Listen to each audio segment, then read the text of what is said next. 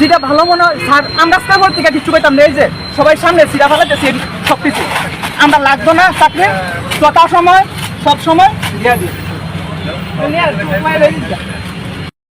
কষ্ট করলে বুট ক্যাশ চলে আসছে এগুলি কি করবা? তারা কি করা উচিত? তোমাদের থেকে তো তারা অনেক বেশি খারাপ হইছে। এটা তো সেম স্যার নিজে জানে। দেখুন আমরা এটা কিছু করতাম না, রাজনীতি করতেছে না, এটা কি করতেছে স্যার করতেছে ট্রান্সপারেন্সির মাধ্যমে দিব, তো ট্রান্সপারেন্সির মাধ্যমে দিব। কিন্তু আমরা 2022 যে আসতো চাকরি প্রসেসের মধ্যে সব শেষ। যেখানে আমরা এখানে আইসি, এখন 17 উপর থেকে অর্ডার আছে, নিশ্চয়ই অর্ডার আছে, কিন্তু আমরা ডেপুটেশন বন্ধ দিতে পারতেছি না। যে গ্যাসের দুজন যেমন লেখা দুজন গেল, আমরা রিসিপ্ট আবার আমরা দেওয়া হয়েছে না, কারণ একবার রিসিপ্ট দেওয়া হয়েছে, এবার আমরা রিসিপ্ট পর্যন্ত দিচ্ছে না। রিসিপ্ট দিচ্ছে না কি কারণে? তাহলে দপ্তর থেকে কই যাতো না যে আমরা আশ্বাস দিচ্ছে, ঠিক আছে।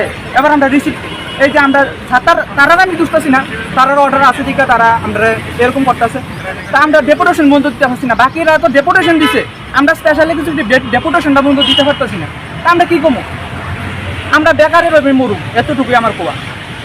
এদিক তো চাকরি দিতেছে, কিন্তু আমরা 6000+, যেটা বড় সংখ্যক। ত্রিপুরার ভিতরে আইন কানুনের ব্যবস্থা সবাই দেখতেছে, ঠিক আছে।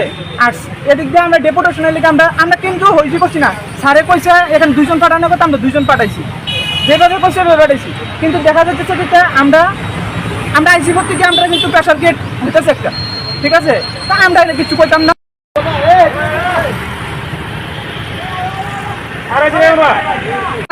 যেটা ভালো মনে হয় স্যার আমরা স্যার থেকে কিছু পেতাম না, এই যে সবাই সামনে সিরা ফেলাতেছে সব কিছু আমরা লাগতো না চাকরি যথা সময় সব সময় দিয়া দিই।